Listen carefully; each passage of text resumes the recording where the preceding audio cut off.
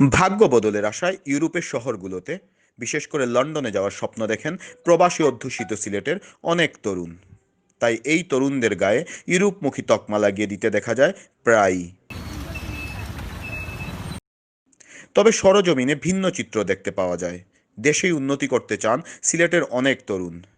অনেকে আবার বিদেশে পড়ালেখা শেষে দেশে ফিরে চাকুরির অপেক্ষায় না থেকে হচ্ছেন উদ্যোক্তা। তেমনি কয়েকজন তরুণ উদ্যোক্তার সঙ্গে কথা বলে টিভি3 বাংলার টিম। আমরা সিলেট প্রবাসী অধ্যুষিত অঞ্চল। আমাদের আত্মীয়স্বজন অধিকাংশই দেশের বাইরে থাকেন। আমরা জানি যে ওরা ইউরোপে আমেরিকাতে উন্নত জীবনযাপন করেন। তা আমাদের চাহিদা, মনের একটা ইচ্ছা থাকে যে ওনারা বিদেশে আছেন, উন্নত জীবনযাপন করছেন, আমরাও করব। পরিবারের কর্তা ব্যক্তিদের বা আত্মীয় স্বজন অভিভাবকদের ইচ্ছা থাকে না আমার ছেলেটা বিদেশ যাবে। তো আমি মনে করি বিদেশ গিয়ে তো আমি অন্যের চাকরি করব।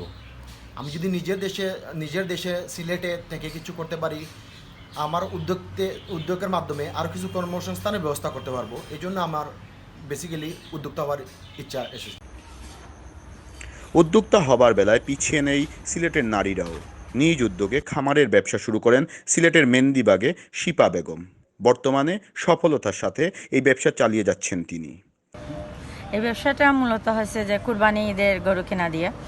প্রতি বছরই কুরবানি ঈদের গরুটা কিনে আমি হয়তো বা 1 সপ্তাহ বা 15 দিন আগে দেখা যায় আমার ছেলেটা খুব পছন্দ। 15 থেকে রাখতে রাখতে দেখা গেলো যে নিজে একটা উদ্যোগ নিয়ে দেখা যায়।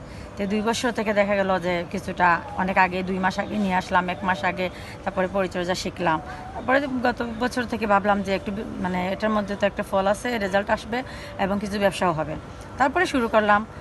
প্রথম দিয়ে শুরু করলাম আমি 26টা গরু দিয়ে বিক্রির জন্য, কুরবানি ঈদের মানে মূল উদ্দেশ্য কুরবানির জন্য।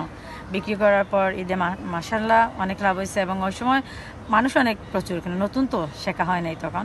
আর এরপর থেকে শুরু করছি যে মানে এটা তো দেখা যায় যে বৎসরে বিক্রি করতে হবে, তাহলে আমার মানে ইনকামটা প্রতিদিন আসে না। তাই এর সাথে মানে দুধের গাভী শুরু করলাম, যে দুধটা প্রতিদিন বিক্রি করলে গরুর খাবারটা চলে আসবে, এই থেকে শুরু। পারিবারিক ব্যবসায় যোগ দিয়ে তার সফলতার সাথে সম্প্রসারণের পাশাপাশি নিজ উদ্যোগে একাধিক ব্যবসায় মনোনিবেশ করেন হোটেল গ্র্যান্ড ভিউয়ের চেয়ারম্যান মোহাম্মদ পাবেল আহমেদ। হোটেলটি সিলেটের পূর্ব জিন্দাবাজারে অবস্থিত। আমি ফার্স্ট শুরু করি আমাদের পারিবারিক ব্যবসা টিম্বার বিজনেস থেকে। ওইখান থেকেই আমার এই যে আমি যখন মাল মানে আমাদের যেগুলো টিম্বার যেগুলো কালেক্ট করতাম, তখন দেখতাম যে এগুলো বাইরে থেকে ইনপুট হতো, আমদানি হতো। তো এইখান থেকে আমি চিন্তা করতাম যে আমি নিজে কেন এই সরাসরি আমি ইনপুটার হতে পারি চাই। তো এইভাবে থেকে মানে এই ধারণা থেকে, এই চিন্তা থেকেই আমি আমার টিম্বারগুলো আমি এখন দেশের বিভিন্ন দেশ থেকে আমি নিজে আমদানি করতেছি। আমদানি করতে করতে গিয়েই এই সেক্টরে চলে যাওয়া, গাড়ির সেক্টরে আর কি। গাড়ি একটা আমার শখের জায়গা। তো এইখান থেকে আমি আস্তে আস্তে আর কি গাড়ির ব্যবসাগুলো মানে ডেভেলপ করতে থাকলাম। সরাসরি জাপান থেকে আমি নিজে আমদানি করে নিয়ে আসি। আমাদের হোটেল ব্যবসায় আমি বেশি দিন না এই ব্যবসায়, গত 3 বছর থেকে এই ব্যবসায়। তারপরে হচ্ছে করোনার জন্য প্রায় 4 মাস আমরা বন্ধ ছিলাম। হোটেল ব্যবসায় অনেক প্রতিবন্ধকতা আছে।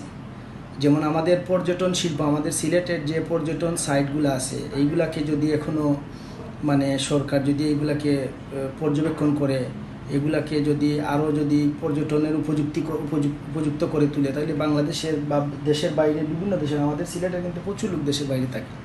আমরা যদি এই পজিশনে যদি আমরা যাইতে পারি, তাহলে দেখা গেছে দেশের বাইরে থেকে এবং দেশের বিভিন্ন প্রান্ত থেকে আমাদের সিলেটের লোকজন আসবে। কতজন আপনার এই প্রজেক্টে কাজ করেন?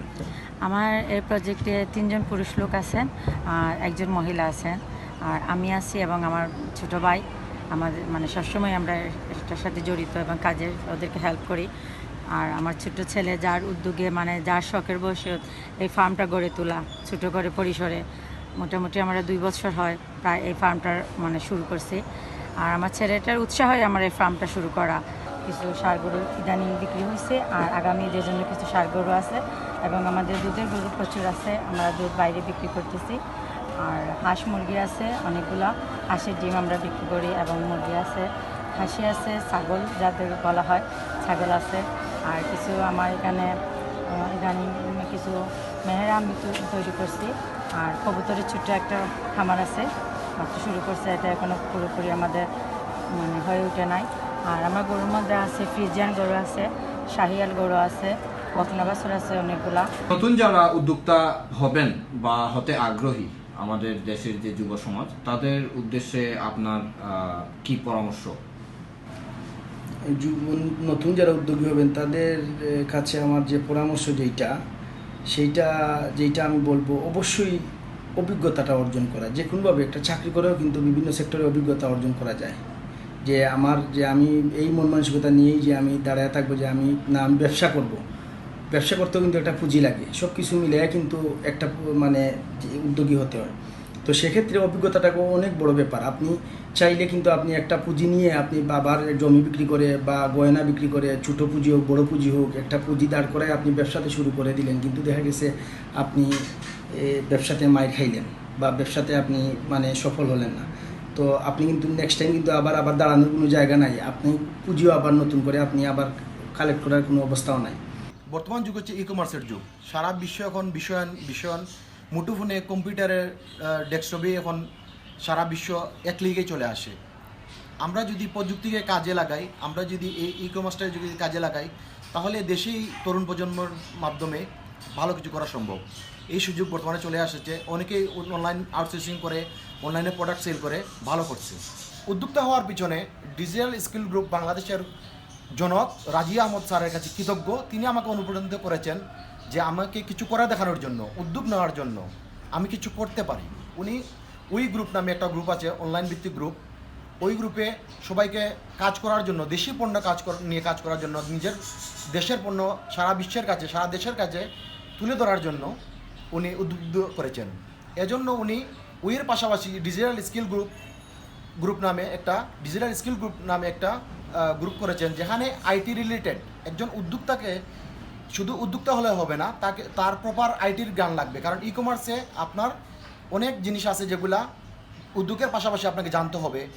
কিভাবে আপনার ব্যবসাকে গ্লোবালি ইউটিলাইজ করা যায়, সারা দেশের মানুষের কাছে তুলে ধরা যায়। কোনো কিছু করার আগে অভিজ্ঞতা অর্জন করাটা খুবই ইম্পর্টেন্ট, আর সাথে তো পরিশ্রম অবশ্যই থাকতে হবে। এই দুইটা মিলেই একটা সময় সব কিছু চলে আসবে, পুঁজিও চলে আসবে, তারপর ব্যবসায় সফলতাও চলে আসবে। আমি অতি স্বল্প সময়ে বললাম, সহজভাবে বললাম, অভিজ্ঞতা এবং পরিশ্রম, এই দুইটা জিনিস যখন এক হয়ে যাবে একটা উদ্যোক্তার, তখনই তাকে বিভিন্ন পজিশন থেকে ব্যবসার জন্য, উদ্যোগী হওয়ার জন্য বিভিন্নভাবে আকর্ষণ করবে। তখন পুঁজিটাও কিন্তু বড় ম্যাটার হবে না, যে কোনো একদিক থেকে পুঁজিটা কালেক্ট হয়ে যাবে। টিভিটি বাংলার পক্ষ থেকে প্রতিবেদনটি তৈরি করেছেন আব্দুল আজিজ সাকিব এবং ক্যামেরায় ছিলেন মোহাম্মদ খালেদ আহমদ।